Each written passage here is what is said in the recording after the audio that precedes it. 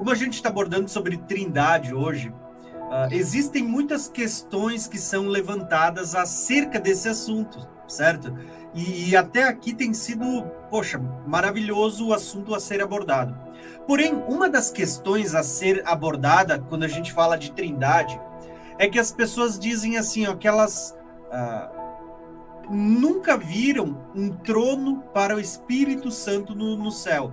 Na verdade, as pessoas, elas dizem assim, ó, quando os céus são abertos, eles veem o Pai e o Filho à sua direita, né? E isso por si só já gera algumas perguntas. E a pergunta que eu vou fazer para vocês, então, já que a gente está falando de Trindade, e as pessoas geralmente vão usar isso como um dos argumentos para dizer que a Trindade não existe, né? Quando se fala do Pai, do Filho e do Espírito Santo, é porque não se vê o Espírito Santo tendo uma forma corpórea, não se ouve falar sobre um trono para o Espírito, mas se fala sobre o Filho assentado à direita do Pai. Eu já falei disso no meu canal recentemente, sobre o trono do Espírito Santo, mas eu gostaria de ouvir vocês falando sobre esse assunto, o que vocês entendem, para a gente ir conversando um pouquinho mais sobre esse assunto da Trindade. Deixa o irmão Dionei falar aí para nós aí. Esse é bem legal. Deixa eu pegar minha Bíblia aqui e botar no Salmo 110. Salmo 110 vai falar umas coisas muito interessantes. Ele começa assim: disse o Senhor ao meu Senhor, assenta-te à minha direita até que eu ponha os teus inimigos debaixo dos teus pés. Tem tanta referência desse texto no Novo Testamento, né? Hebreus, por exemplo, é campeão em fazer essa referência várias vezes, que não há dúvidas sobre quem ele está falando. Ele está falando do Pai e do Filho, né? E é o Pai falando para o Filho. Então você tem aqui justamente o Pai, né, falando para o Filho, assenta-te à minha direita. Bem, isso aqui todo mundo conhece, né? E é interessante que eu estava lendo Apocalipse, por exemplo, ele já abre com a Trindade. A gente depois, acho que o Tiago podia falar disso, que é bem interessante, no capítulo 1 já vai falar. Perfeito. Mas ele fala muito sobre o Filho no trono. E ele sempre fala do Cordeiro, muitas vezes, você vai ver isso no capítulo 5, capítulo 4 também, do Cordeiro no centro. E ele usa o termo meso mesmo, no grego, que significa entre. Bem, nós sabemos que o Pai está à sua direita. Desculpa, que o Filho está à direita do Pai, ou seja, o Pai está à esquerda do Filho. Mas se ele está entre, quem é que está do outro lado? Que tem que ter alguém do outro lado. Ninguém fica no meio quando só tem duas pessoas num trono, né? Então, esse trono parece que ele não tem só duas divisões, parece que ele tem mais. Ele dá a impressão que é um trono tripartido. E realmente você vai perceber isso quando você lê o Salmo 110 de uma forma mais honesta com o texto. Porque o Salmo 110 é o Pai falando sempre, e sempre falando para o Filho. Por isso que ele diz, olha, né, o Senhor enviará de Sião o cetro do seu poder, dizendo, domine entre os teus inimigos. Essa tradução do 3, eu gosto da tradução da Septuaginta, que diz que no dia do teu poder, no dia do teu domínio, né, você vai Foi ser... gerado antes da aurora, né? Gerado na aurora, tal. É muito melhor essa tradução, que fala, inclusive, dessa questão Melquisedeque, né, de Cristo, porque ele vai falar justamente isso. O Senhor jurou e não se arrependerá. Tu és sacerdote para sempre, segundo a ordem de Melquisedeque. Ou seja, novamente está citando o Pai falando para o Filho, né? E aí ele continua falando para o Filho. Diz assim, ó, e o Senhor à tua direita, no dia da sua ira, esmagará reis. Peraí, deixa eu mudar isso aqui, então. Deixa eu parar de compartilhar agora, mostrar no quadro isso aqui, né? Então você tem aqui o trono, ok? Vou fazer de conta que a gente está vendo o trono de frente, certo? Então estou vendo, aqui está o Pai. Muito bem, o Pai chega para o Filho e diz assim, Filho, senta à minha direita. Então se ele está sentado de frente para mim, a direita, né, para cá. Então, senta à minha direita, Filho. Beleza, o Filho senta à direita. Lá no versículo 5 ele vai dizer, o Senhor, porque está falando para o Filho, o Senhor à tua direita. Mas espera aí. O Pai está à esquerda do Filho. Existe um Yud-Rei Vav-Rei também sentado à direita do Filho. Quem é esse? Só pode ser esse. Espírito Santo. Porque o Espírito Santo também executa vingança. Até porque ele vai executar vingança junto com o Filho. Lembra? Ele vai fazer isso com o sopro da sua boca, sopra pneuma. Tanto o Filho faz isso, quanto Deus, em outro texto, vai falar a mesma coisa. Com o sopro da sua boca, com o pneu, né? No caso, no Antigo Testamento, fala com o ruá da sua boca, você vai esmagar, né, reis. Então está relacionado ao quê? Você tem esse trono tripartido que mostra realmente o Pai. Por isso que você tem o braço direito e a mão direita. Você tem justamente isso. Por isso que ele usa muito a tua destra, Senhor, é poderosa. O teu braço, Senhor, é glorioso, é poderoso. Você vai ver vários textos. Quando ele usa Yamin, que é a destra do Senhor, é poderosa, ele está falando da sua direita. E a sua direita envolve tanto o braço do Senhor quanto a mão do Senhor. Por isso que é o filho da mão direita, e é muitas vezes a sua mão direita. Como a gente viu, jurou o Senhor pela sua mão direita e pelo seu braço poderoso, né, que é o braço direito também. Então você vê isso direto nos textos. O trono do Senhor é tripartido. Por isso que Jesus está no meio, o Cordeiro que está sentado no centro do trono, porque o Pai está à sua esquerda e o Espírito à sua direita. É muito legal isso. Tem até uns textos interessantes que eu quero complementar. Olha que interessante o que o Espírito faz, né? Aqui eu não vou ler todo o contexto, mas a gente vai ler um pedacinho, tá? Diz assim, olha só, porque a minha espada se embriagou nos céus, e eis que para exercer juízo desce sobre Edom e sobre o povo que destinei para a destruição. A espada do Senhor está cheia de sangue, engrossada da gordura de sangue de cordeiros e bodes. Né? O que segura a espada, irmão? Não é a mão? E o Espírito é a mão do Senhor. E tem sacrifício na terra de Borza e em grande matança na terra de Edom. Aí vai falar que do dia da vingança do Senhor, o ano da remissão pela causa de Sião, né? Aí ele vai falar que os ribeiros de Edom se transformarão em piche e o seu pó em enxofre, e a sua terra se tornará em piche ardente, né? Aí aqui vai mostrar que vai subir o fogo, que não vai apagar nem de noite nem de dia, né? E ele vai falar dos animais impuros e tal. E olha só quem vai juntar esse povo lá, nesse lugar que está sempre pegando fogo. Diz assim, buscai no livro do Senhor e lede, nenhuma dessas criaturas falhará, nenhuma, nem outra faltará, porque a boca do Senhor ordenou e o seu Espírito mesmo as ajuntará.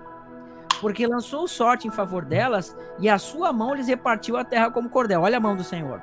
Para sempre possuirão através gerações e habitarão nela. Então você vê que aqui é o castigo do Senhor, mas quem está fazendo isso é a espada que está sendo segurada pela mão do Senhor, e essa mão do Senhor está levando esses aqui que são considerados animais impuros, que são figuras de ímpios, para onde? Para o lago de fogo aqui, que é uma figura.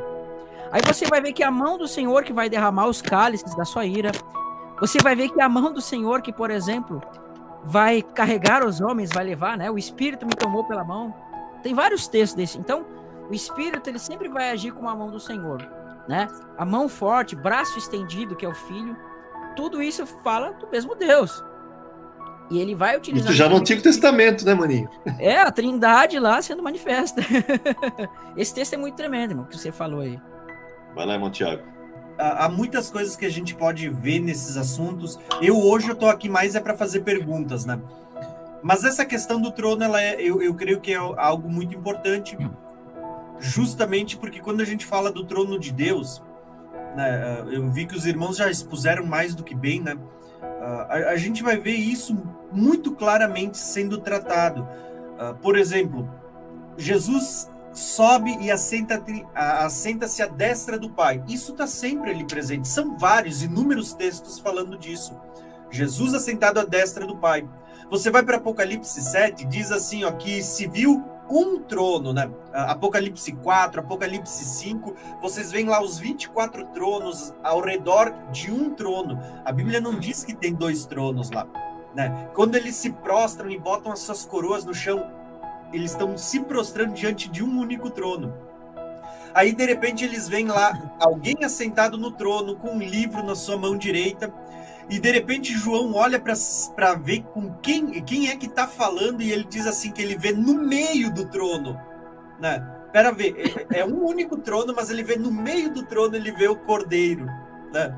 E aí ele vai falar do Cordeiro que parecia ter estado morto e tudo mais. Então você vê, o Pai, como o Dionei fez claramente aí, a figura do quadro, eu tô gostando disso. Eu acho que eu vou começar a botar um quadro atrás de mim também. Gostei disso. É bom, é útil. Muito, muito bom. Você vê ali a questão, olha, o Pai à esquerda, o filho no centro. Poxa, se ele tá no centro, quem é que tá do outro lado? Tá vazio? Né? É justamente a ideia que eu abordei num vídeo alguns dias atrás no canal. Um trono tripartido falando do Pai, do e do Espírito. Aí as pessoas geralmente dizem, tá, mas e por que ninguém teve uma visão de ver o Espírito nos céus, né, assentado?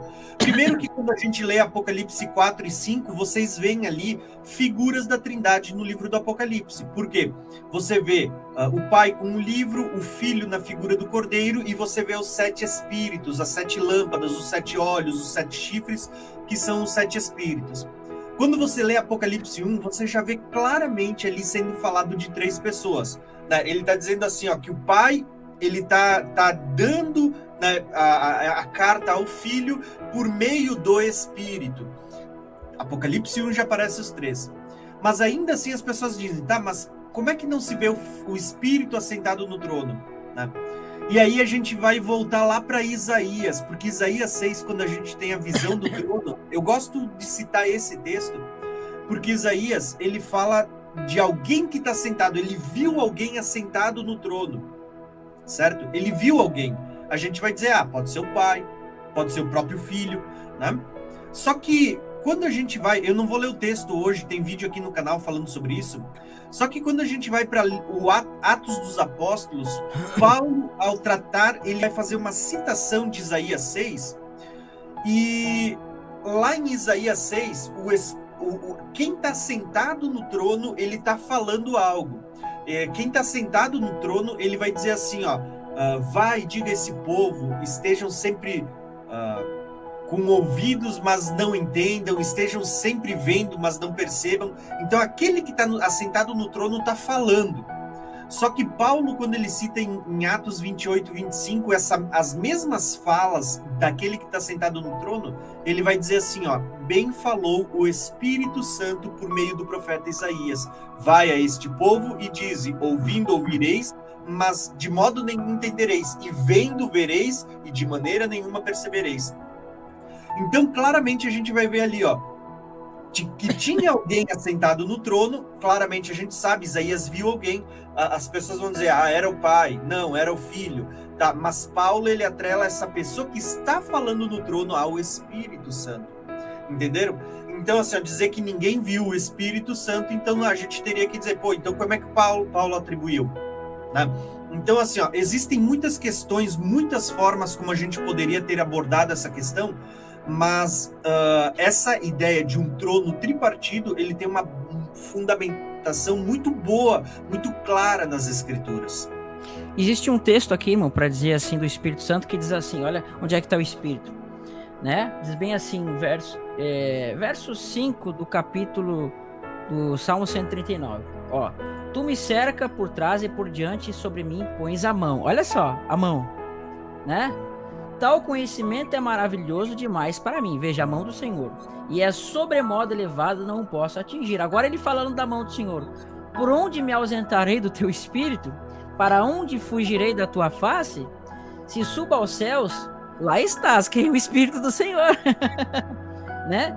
E a minha cama, e se faça a minha cama no mais profundo abismo, lá também estás, o Espírito do Senhor.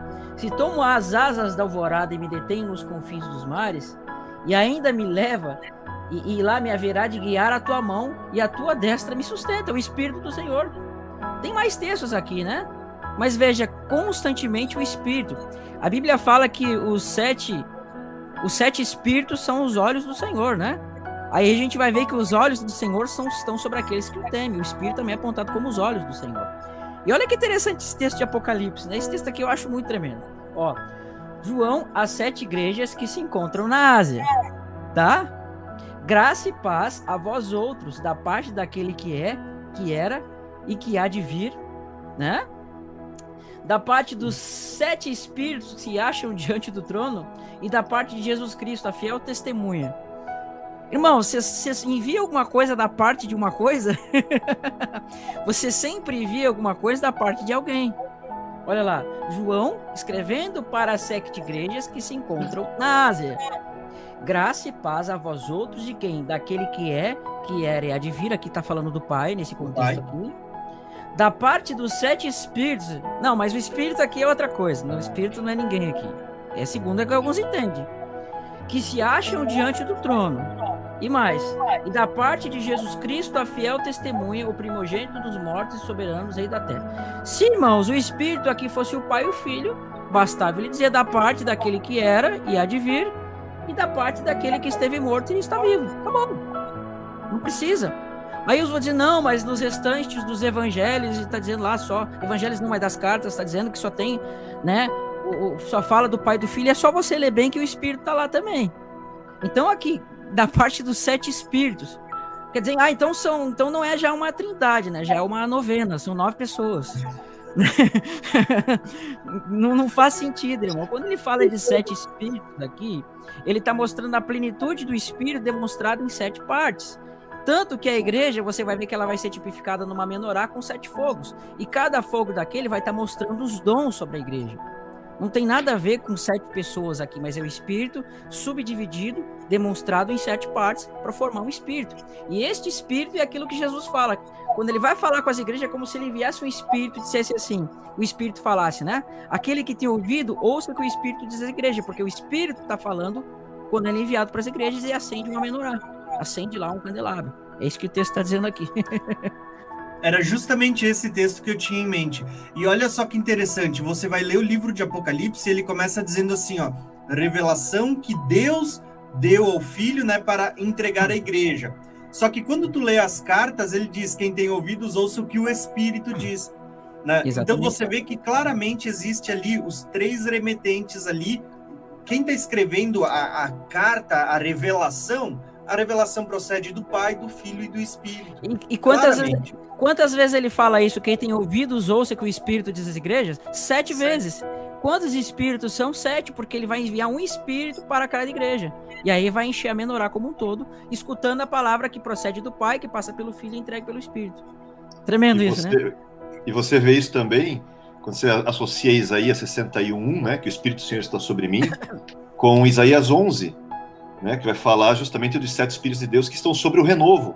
Né? Então, aí você vê claramente que essa figura dos 7 sempre fala do Espírito, na verdade, em sua plenitude, né, das suas várias formas de atuação também. E também então, é muito interessante isso. Exatamente. Pode falar, irmão.